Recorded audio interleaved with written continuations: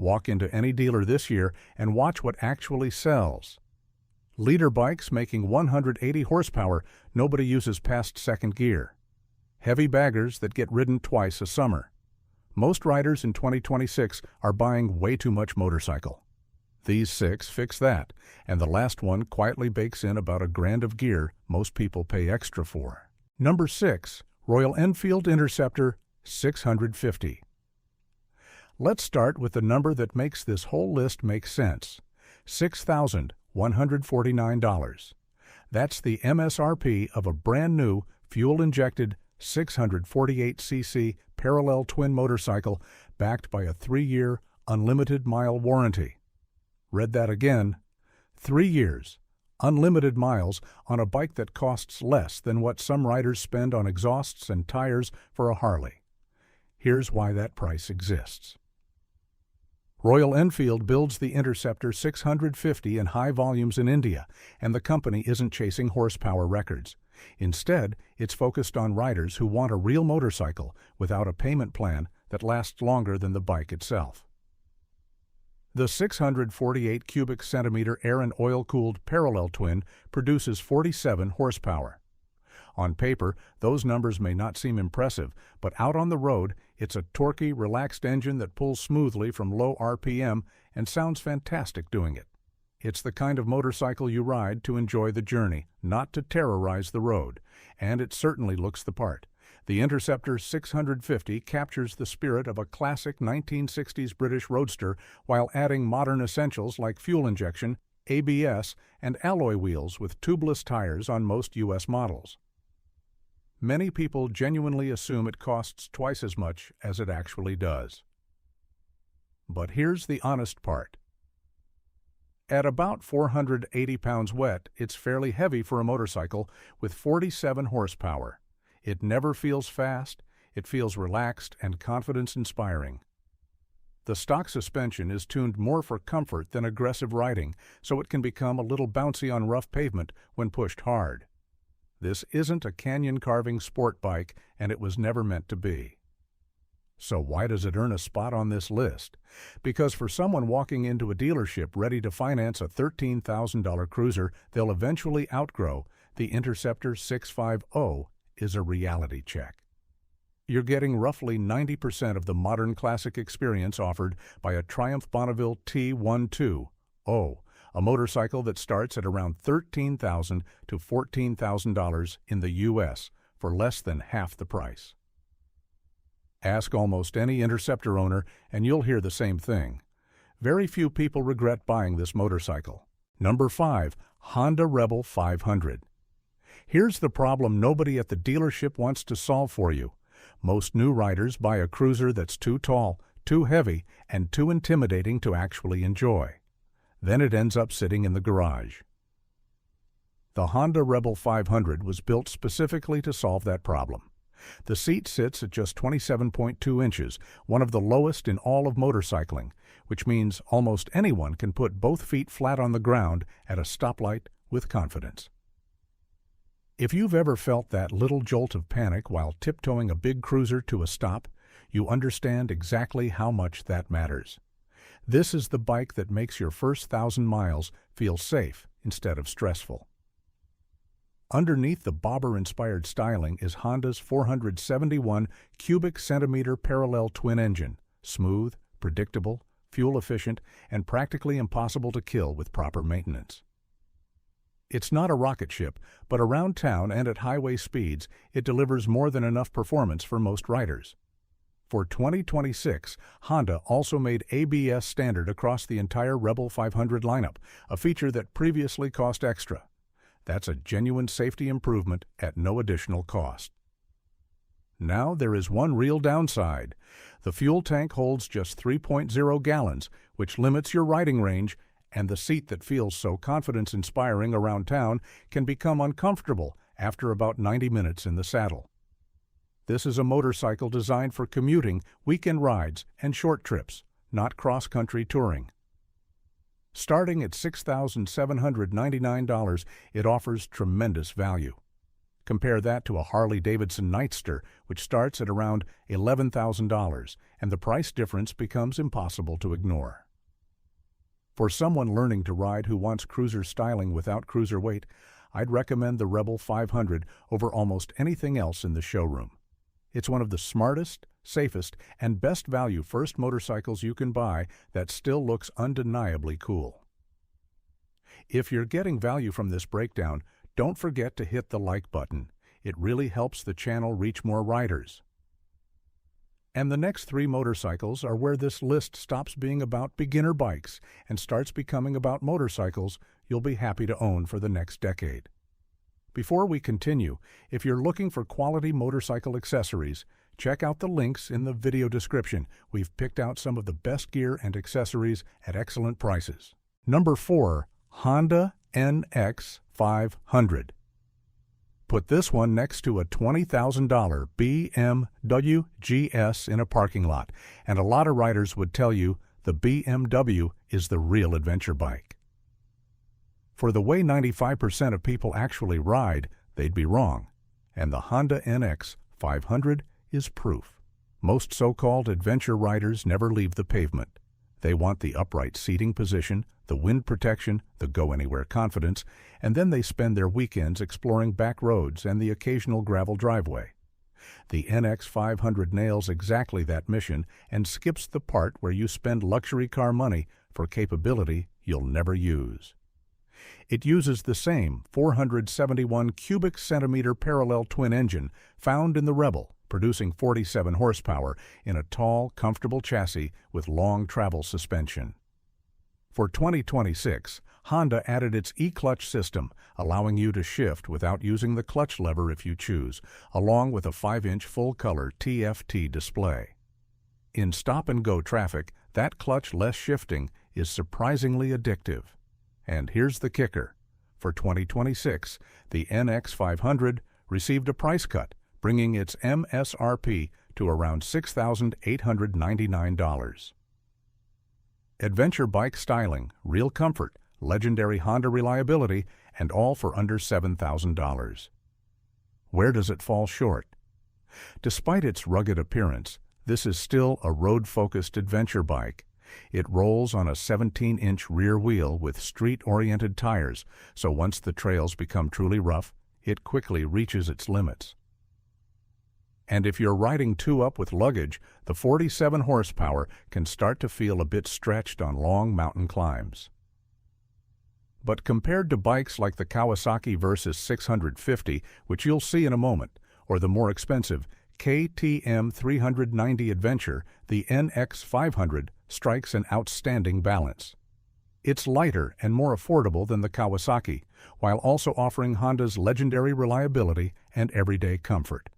Previously known as the CB500X, this motorcycle has quietly been one of Honda's best value models for years. Most people simply walk right past it, and that's exactly why they're buying the wrong motorcycle. Number 3. Yamaha MT-07. The Yamaha MT-07 is powered by a 689 cubic centimeter engine with a 270-degree cross-plane crank, producing roughly 73 horsepower in a motorcycle that weighs just 403 pounds wet. Those three numbers tell the whole story, and they explain why this bike has built a cult following that borders on a religion. Here's what that spec sheet feels like on the road. The 689 cubic centimeters CP2 parallel twin produces strong torque low in the rev range, so it launches out of corners effortlessly and will even pull third-gear wheelies if you're not careful. Yet it's so light and narrow that even a nervous rider can comfortably cruise around town all day. That combination, genuinely fun and genuinely easy to ride, is surprisingly rare. Most motorcycles excel at one or the other, but very few manage to do both. For 2026, Yamaha finally addressed the MT-07's longest-standing criticisms. It now features proper 41mm inverted KYB front forks, radial-mounted 4-piston brake calipers, lightweight spin-forged wheels, and a full-color TFT display complete with ride modes and switchable traction control. The previous generation felt a little budget-oriented under hard braking. This one doesn't. The honest downside is that the rear shock remains the weakest part of the package. It's still underdamped for aggressive riding, and enthusiastic owners often replace it within the first year. There's also still no cruise control, which is a noticeable omission for riders who spend a lot of time on the highway. At $8,599, the real question is this: would you actually buy it over the competition? Against the Kawasaki Z65. Oh, the Yamaha is simply more exciting. Against the Suzuki GSX 8S, you're giving up a bit of technology in exchange for less weight and sharper agility. And compared to the Aprilia Tuono 660, you're saving thousands of dollars while still getting one of the most entertaining middleweight motorcycles on the market. This is the one motorcycle on this entire list that I'd be most likely to buy with my own money. And I don't say that lightly. It does almost everything exceptionally well and costs less than many bikes that deliver far less. If you enjoy honest motorcycle reviews without the marketing hype, hit like and subscribe.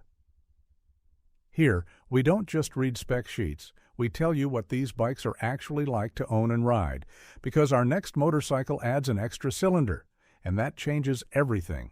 And if you're still watching, you're clearly one of us. Join the channel for more motorcycle content created for riders who value comfort, character, reliability, and bikes that simply make sense. Number 2. Triumph Trident 660. A buddy of mine, Tess, rode one of these on a whim. He had gone to the dealership planning to buy a Japanese twin and figured he'd swing a leg over the Triumph, just to say he did. He came back grinning and put down a deposit that very same afternoon. The reason was the engine, and once you ride a triple, the appeal makes perfect sense. That's the one thing the spec sheet doesn't fully capture. The Trident packs a 660 cubic centimeter inline-3, and a triple truly gives you the best of both worlds. You get the low-end torque of a twin combined with the smooth, high-revving character of an inline-4. For 2026, Triumph borrowed the updated engine from the Daytona 660, so the Trident now produces an impressive 94 horsepower and revs all the way to 12,650 revolutions per minute. That's a significant jump in both performance and personality over the previous model. Even better, it delivers 80% of its peak torque from just 3,000 revolutions per minute, making it quick, responsive, and confidence-inspiring whether you're commuting through the city or carving up your favorite back road. Triumph also loaded the bike with premium technology. A bidirectional quick shifter, cornering ABS, traction control, multiple ride modes, and cruise control all come standard. At this price point, that electronics package is almost unfair to the competition. The only real compromise is the non-adjustable front suspension, something only the most experienced riders are likely to notice during aggressive riding or an occasional track day. There is, however, one awkward family dilemma. The larger and more powerful Trident 800 sits just over $1,000 higher in price, which may tempt some buyers to stretch their budget. But that's exactly why the Trident 660 deserves its place on this list. Triumph reduced the 2026 Trident 660's MSRP to approximately $8,745, down from the previous $9,145, making it one of the strongest values in the middleweight naked bike segment. So now you're getting authentic British triple-cylinder character, a near-complete electronic suite, and 94 horsepower for almost the same money as a Yamaha MT-07. If the MT-07 is the people's champion, the Trident 660 is the enthusiast's choice. Before we reveal the number one motorcycle, the one that comes with features most riders have to pay extra for, drop a comment below. Twin or triple? Which engine would you choose? Number 1. Kawasaki Versys 650 LT. Here's the trap riders fall into with touring. They buy a bare bike, then spend another $1,500 on hard luggage, handguards, and a taller windscreen just to make it actually usable for distance. The Versys 650 LT solves that right on the showroom floor. The bags and guards are already on it, and they are already in the price. That LT matters. For $10,399, you get this 649 cubic centimeter parallel twin, making 66 horsepower, plus a set of 28-liter quick-release hard saddlebags and handguards bolted on from the factory. Buy those bags aftermarket, and you're easily looking at $1,000 or more on their own. So the Versys is the rare bike where the loaded touring version is the smart money version. On the road, the 66 horsepower twin is tuned for low and mid-range grunt, which is exactly what you want loaded up for a weekend. Long travel Showa suspension soaks up the broken pavement that beats up sporty air bikes. The windscreen adjusts 4 ways, and there is traction control and a TFT screen with phone connectivity. It just eats miles. The honest limitation is that the adventure styling writes a check the bike will not cash off-road. It rolls on 17-inch street wheels. So this is a sport tourer wearing adventure clothes. Keep it on the pavement and gravel, not the trails. And at nearly 500 pounds with the bags, it is no featherweight. But for the rider who wants one bike to commute all week and tour all weekend, 2 up, in comfort, without the aftermarket shopping spree. Nothing else here touches it. Against a Suzuki V-Strum 650 or a stripped NX 500, the Versys is the one that is genuinely ready to leave town the day you buy it. So what should you actually buy in 2026? The wrong bike is almost always too much bike, too heavy, too powerful, too expensive for how you really ride. If it were my money, the MT-07. Want distance and a passenger? The Versys, gear included. So tell me, which of these 6 are you buying? And if you know someone shopping for a touring bike who keeps getting told they need to spend more, send them this video. The best validation for any bike is owners who refuse to sell them. Want to know which bikes never break down regardless of age? If you spotted your next ride or learned something new today, hit that like button, subscribe to the channel, and drop a comment telling us which bike you take on a grand tour. Ride safe, ride smart, and we'll see you in the next one.